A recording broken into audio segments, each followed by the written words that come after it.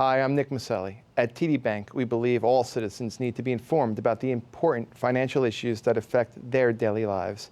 That's why we're proud to support programming produced by the CAUCUS Educational Corporation and their partners in public television.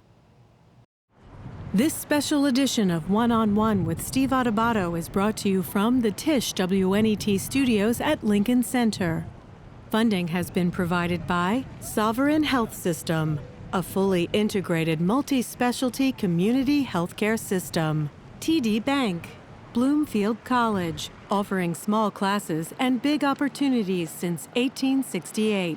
QualCare Inc., a managed care company administering health plans that care about your health care. NJM, auto insurance, homeowners insurance, and more, with a focus on safety and financial stability. NJ Best, New Jersey's 529 college savings plan. Turn a dream into a degree.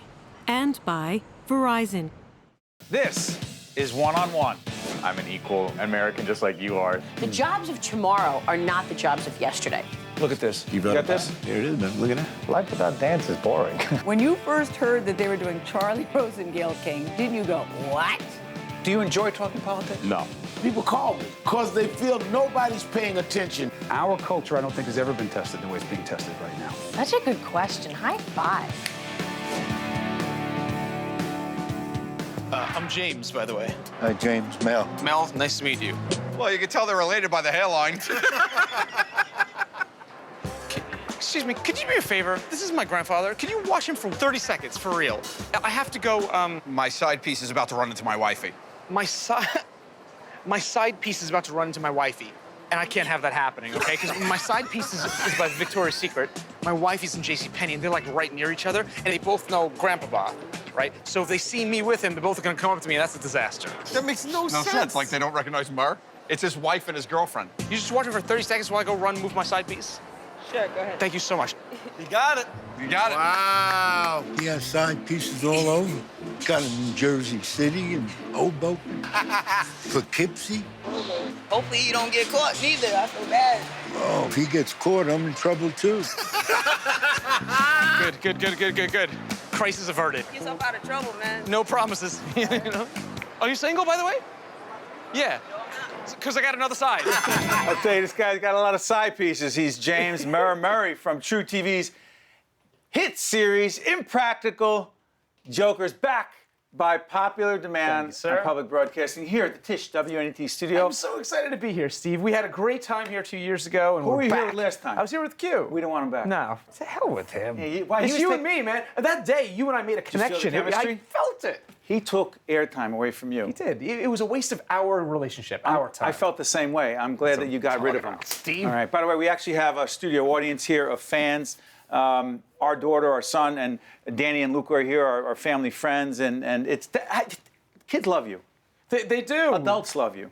Some What do. do you think it is? What do you think you have? I have a boyish charm. You do? I mean, look at my face. I feel it, and you're 69. I have I don't know why I picked a that number, 9-year-old but- man's hair, but a boyish face. Yes, you do. And by the way, for those who don't know, Impractical Jokers, describe the premise. Sure. In the show, it's the four guys and I. We're best friends for our entire And the lives. guys are? They are Sal, Joe, Q, and myself. I'm James Murray. And we've been best friends our entire lives. And we compete to embarrass each other. And we put each other in these horribly embarrassing conditions, like we're working behind a counter. And we make each other say and do what the other guys say. And then at the end, whoever refuses to do the most in the episode loses and gets punished in some really embarrassing way. It's kind of like an upside-down prank show where the joke is on us instead of on the public. And you guys are really friends. 26 years. What do you mean 26 years? We met freshman year of high school, Monsignor Farrell, all-boys Catholic high school in Staten Island. Yeah, that's the whole thing. That's Staten it. Island, all boys. I went to all boys Catholic high school. Hardcore. Changed your life? Well, you know what it was? There was nothing to do in high school other than prank each other. So we started very young. We had nothing to distract us. Nothing. No girls. No girls. I mean, the hottest teacher in the school was Miss Fiducia. She was a nun. Ours was the librarian. See? There you And go. yours was the nun. You went She was after a nun. the nun was. Yeah, we couldn't do anything. She was, she was She was off a nun. limits. Yeah, she was like. But that's all we had to look and at. It still affects you today, doesn't it? It does. I'm still very attracted to nuns. I'm going to leave it alone because there are kids here. But here's the thing. The things that happen when you lose the competition can be very embarrassing. Yes. Such as? By the way, what's up with your eyebrow? You gonna bring that up, Steve? Leave it alone? No, you can. No. What's up with your eyebrows? So, I take pride in my eyebrows being on fleek, as the kids say. Yeah. My eyebrows look fantastic. You know, I get them threaded. I have a lovely Indian woman that does them. She's fantastic. Okay, but. So the guys, in true spirit of the show, they decided to take away my pride. They shaved off my eyebrows 3 weeks ago as a punishment on the show. You lost. No, I lost the episode, so they took me to a barber. I thought they were going to carve something stupid in my hair, what little hair I have left. You could deal with that. So I closed my eyes. The barber, zoom, takes an eyebrow right off. I was like, what the hell? They took them off. Then they made me go to the DMV and get a new driver's license, which lasts for 10 years, by the way. With no eyebrows. I want to show you. Okay. I gotta see this. Bob. Right? By the way, Can you? crew... I will block out any sensitive information. Okay. So first, this is my photo. I don't know if you can see that. My old driver's license photo. That's it. You got it. Okay. Okay. That's my old driver's license photo. That's it. That looks good. You're a good-looking guy. No. They did that to me. Don't let people see this. No. Can you see that? Mer, what'd your family think? They thought it was a hoot. No, you know what's funny? I was my nephew's confirmation sponsor 2 weeks ago down in Virginia. No, with the eyes. Yes, no. I had no eyebrows, you know. How'd you explain it? Well, they know what you do for a living. Jesus knows everything. He knows you're a good person. Yeah, but the rest of the church looked at me like I was crazy. Like something might be wrong. Like, is it drugs? Is it, Yeah, but they all watch the show, no? They do, but you know, a man that walks around with no eyebrows, you don't realize how much of this is your soul, your expressions, really? You know, it's your emotion. Without this, you don't know whether I'm happy, I'm sad, I was angry, nobody knew. Well, let me ask you something, because I have seen all kinds of things happen to you, because you do lose a lot. Yeah. Here's my question. Yes, sir. Was there a part of you, and you've been great for the show's been great for you and your career, because you're sold out everywhere. By the way, where'd you guys see, where was it you guys went? Where'd you guys see them? Gina, where'd you go? Radio City? Radio City. No, we couldn't get in. They couldn't even get in. We did 3 sold-out nights. 3 sold out. Okay, here's the point of this whole thing. While everything's sold out, nobody can get to see you, your career's been great, is there a party that resents the fact that that happened? That they did that to your eyebrows, you say, that's enough, I'm drawing the line, no. I mean, I recognized how funny it would be, you know? I mean, to go around for the next decade, I have to go through TSA, you know, at every airport and show them that driver's license, truly is very funny. Yeah, I don't resent it, because I get revenge back on them all the time, too. By the way, for those listening to us on the radio, we're listening to Murr. This is James Murray from True TV's Impractical Jokers. By the way, we watch it on demand, on whatever. When is there a normal time it's on? I don't even know. New episodes are on every Thursday night at 10 o'clock on True TV. Yeah. Yes. How many originals? Gosh, well, this season I think by the end of season 5 we'll have reached about 140 original episodes, not counting specials and the live punishment we did for our 100th episode last season. Live punishment. Yeah, we did. Our 100th episode was a live punishment where we had to walk a tightrope for charity down at the South Street Seaport. It's pretty spectacular. What kind of crowd? We didn't advertise it, and 5,000 fans showed up to watch. They shut all the streets down to watch us walk a tightrope 60 feet up in the air. Who were the fans? I mean, you got kids here. Everybody. Who else it was parents, grandparents, kids. It was probably the best night of my life. Why? Because you have to understand, Steve, before Impractical Jokers, for years I've worked in development for a TV company. My job was literally to create and pitch TV shows. Behind the scenes. Behind the scenes. You know, I was a development guy. And it is so hard to sell a pilot. Then it's so hard to get a pilot to go to series. Then it's so hard for a series to go to second season and third season. So for us now to be in the 5th season of a show, to reach 100 episodes is a milestone that most shows don't reach anymore. So hold on, Mar. Let me ask you something. We're about to show a clip. Could this be your worst punishment? It might be the worst punishment to date, yes. Well, I tell you what. Take a look. This could be Murr's worst punishment. It's all on video. You decide. Murr is our big loser. Yes, he is. This is all we're telling you about this, is right now, you're at a conference center. Yeah. And when you go into the room and they need a volunteer, you're the volunteer. That's all you're getting. We're not telling you anything else. Yes, What absolutely. kind of conference is it? One where you raise your hand and say, I'll do it. Yeah. Listen, just take your punishment like a man. Like a man. Is that a clue? No, we're just trying to tell you to man up. Good afternoon, everybody. I'm Dr. Frank Canacessa. How you guys all doing today? I'm a doctor of internal medicine. I'm the guy you go to for your yearly physical. So who's afraid of a yearly physical?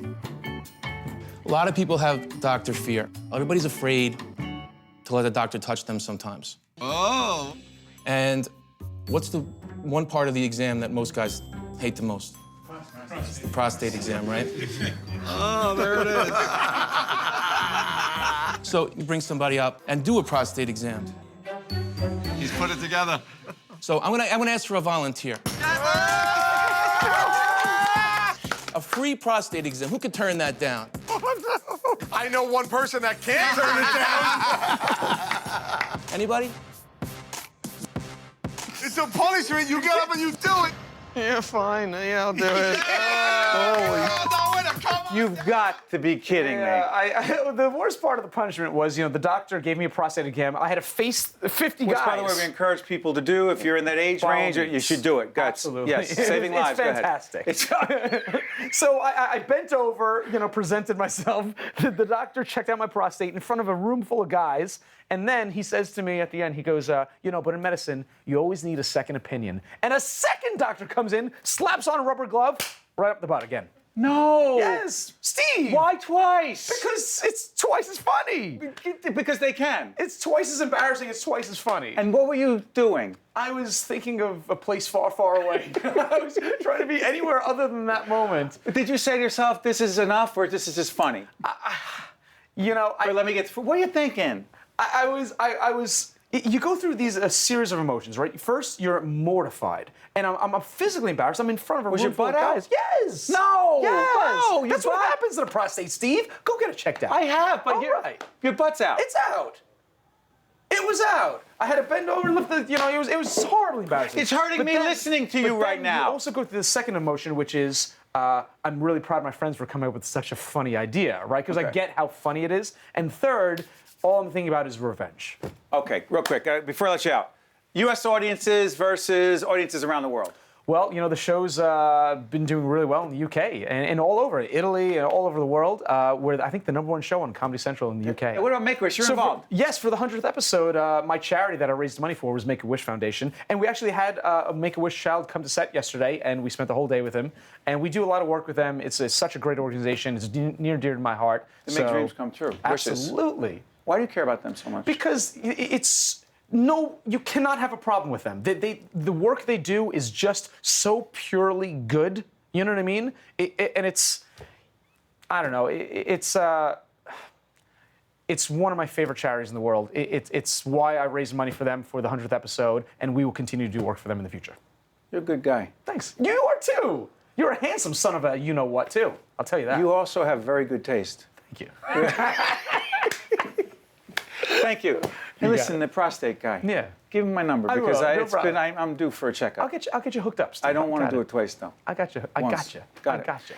James Murray from the great Impractical Jokers on True TV. Seen every Thursday night on True TV at 10 p.m. Good stuff. Check it out. And by the way, the other guys are not as good. What are their names? Who cares? It doesn't matter. Who cares? Just check out Murray. And by the way, the kids love you. The adults love you. Everybody loves you. Even in the UK. Stay with us. We'll be right back right after this. He's made it on Broadway, I'm telling you. To see more one-on-one with Steve Adubato programs, visit us online at steveadubato.org. If you would like to express an opinion, email us at info@caucusnj.org. Find us on Facebook at facebook.com/Steve Adubato PhD and follow us on Twitter at Steve Adubato. She needs no introduction, but I'll do it anyway. She is the great Deborah Norville, who is the anchor of Inside Edition. We're just saying, 21 years? No, come on. Yeah, hard to believe. I think every job I've ever gone into, you think it'll last the term of that contract. Right. And it's kind of like being in the Army. They kept asking me to re-up, and I kept re-enlisting, and now I guess I'm an adult, 21 years. Well, they love you there. Also, a few other, can I do a couple of the credits? Sure. Today's show, great background there. Born and raised where? Dalton, Georgia, carpet capital of the world. What? We make enough carpeting on an annual basis to pave a 6-lane highway around the equator, which is how you say it when you come from Dalton, Georgia. So I had to get rid of the accent if I was ever going to have a career in TV. When did you know that broadcasting would be your professional life? When I was a senior in high school, there wasn't a whole lot going on in Dalton. And there was Really? Really. And there was one weekend in between high school football playoffs, which was something big, and the SAT test, which was mandatory. And there was nothing going on that weekend. And the local JC chapter sponsored this thing called the local Junior Miss Pageant. And I signed up just because, A, you could maybe get some money if you won some of the categories for college, and there was nothing else to do. And I won. You won junior... Local junior miss. Okay. Half your score was your judge's interview and your grade transcript. There was no bathing suit or anything like that, but you had to have talent. And I was too afraid to sing in front of people. I don't tap dance or twirl or anything. Anyway, so my talent was sewing. Went down to the state. No, you just can't go past that. Your talent was sewing. My talent was sewing. How did you demonstrate It was that? actually really good. So imagine, if you can take a wide shot of the set. So you've got these two monitors here. Imagine I've built two rear screen projection screens with gauze fabric and a lot of lumber. Daddy helped me. And we've got carousel Kodak slideshows going from back. And they're showing pictures of me modeling outfits that I've made. Sure. While I'm prancing around on stage with a music track and a voice thing that I've pre-recorded. But you're not dancing. No, I do not dance. You said prancing, but go ahead. Yeah, well, you know, modeling my outfits. And I guess I got enough points on the other categories that it didn't matter. I had this pathetic talent. Get down to the state thing, and I won there. And I remember when I won, this girl who actually was incredibly talented, she was a beautiful ballerina, and she stood on the stage and she goes, beats the heck out of me. So then I went down to the national thing, which was televised by CBS. And I saw the guys behind the scenes who were putting up the lights and rigging the cameras and building the staging. And they were working like dogs, but they loved what they did. They were so cheerful. And I thought, whoa, TV production looks like fun. But I wanted to be a lawyer. And I thought, well, research is really what got me jazzed about the law. And I thought if you did research and production, you'd be a TV reporter. So I was 17 years old, just about to graduate from high school, when I decided this is what I wanted to do.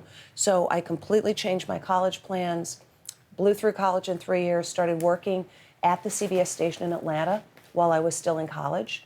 You were working there. What were you doing there? I was hired as a gopher. The third day they were low on reporters, and they said, Norville, go cover this story. On camera? Yeah. Well, I thought they meant just go with the camera crew and, you know, film what happens and come back and tell us the facts. And they said, no, no, no, we want a package for the 6 o'clock news, and that's TV talk for... Produce, put the whole thing together. You know, stand with the microphone, look in the camera, interview the people. No training? Actually, no training, because on the way, I had this debate with myself, and I thought, you know, I really haven't had news writing yet. That'll be next fall when I go back to school. And I thought I should tell them. And there was this little debate going on. The one in the white outfit with the harp and the wings says, oh, you must be honest and tell them you're not qualified. And the one with the Brooklyn accent and the cloven feet, and, you know, the little, I know. Little pitchfork said, keep quiet. If it's important, they'll figure it out. And I thought, you know what, this guy makes a lot of sense. So I didn't tell them. I had no idea what I was doing. Got out there, and the story was the DeKalb County Firemen's Family Picnic. So it was just the local firefighters having a big picnic. And on the way to the news assignment, my cameraman, and this was filmed, this is 1978, it's how far back we're going, pushes in the cigarette lighter. When the cigarette lighter popped out, he pulls out of his pocket, not a Marlboro Light or whatever, but a joint, and starts smoking dope on the way to my very first news story. And I'm like, I didn't know what to do. What I should have done was, what the heck are you doing? Put that thing out. You're a kid. I know nothing. I am so green, there are little puddles of chlorophyll underneath me.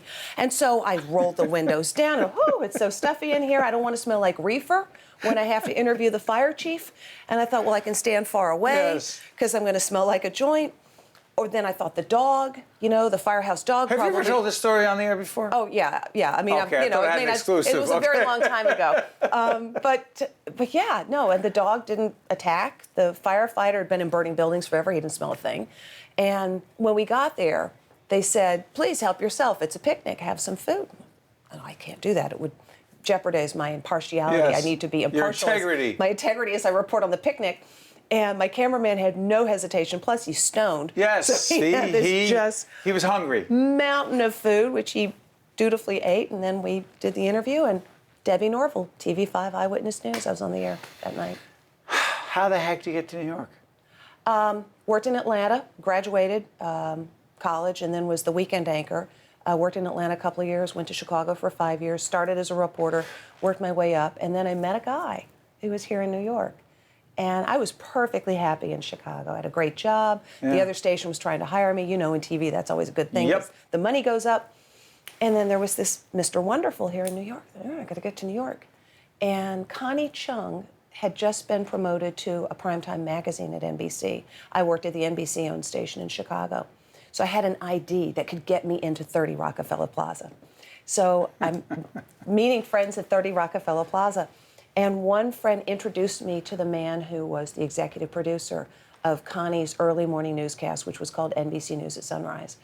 And they literally had auditioned every other female correspondent at the network, and they were starting to dip into the owned and operated stations ranks. And there I was, and I got a tryout. The so-called O&Os. The O&Os, yeah. And so they brought me in for a week, and first 2 days were great. The third day I get up, and I listen to the news radio at 2 in the morning as I'm about to go to work, and there was this hijacking of a Pan American Airlines jet in Karachi, Pakistan. Ongoing situation. I'm like, yes, this is great, breaking news. We're going to be live at 6 o'clock in the morning.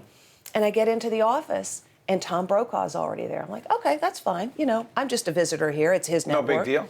And so I'm getting big-footed by Brokaw. No big deal.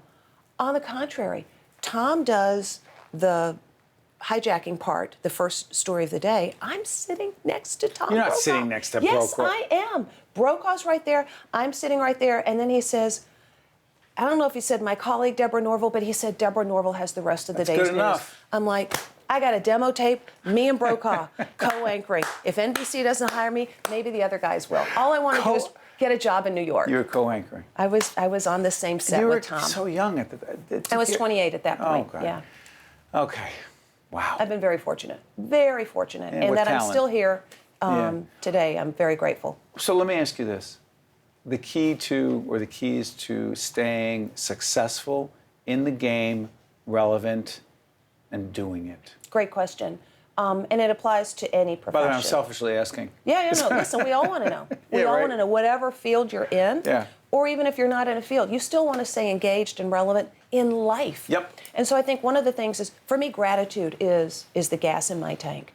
I practice gratitude. I've written a book about it. But for me, it's acknowledging the blessings, the benefits, the good stuff in your life. Because when you do that, there's this whole psychological upward spiral. And because when you start with gratitude, it opens your mind to everything. Yeah. You're more receptive to information. You can solve your problems better. So for me, the root of everything, ground zero, is gratitude.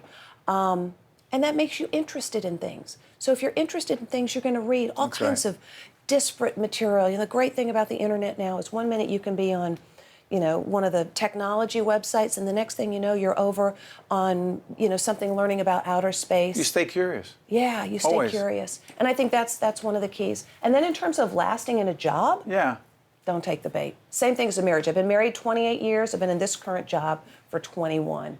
There are a lot of times when either with my husband or my executive producer, I could have gotten into it, but it's kind of like that Disney song, let it go, just let it go. Don't take the bait? Don't take the bait. There are a lot of times when you could get into it and really, you know, go at it with somebody. Sometimes I have to stand up for myself. I've got to take on that fight, you say? You can do it without fighting. You can stand up for yourself in a way that is absent the anger and the emotion that would come along with taking the bait. Works for me anyway. It's worked pretty well. People say, I've got to say how I feel. And I say, yeah, really? I got some great advice years and years ago from an agent. And I don't know if he was quoting Socrates or Plato, but one of those, you know, smart people. Dead smart people. Yeah. Who said, you will never regret your silences.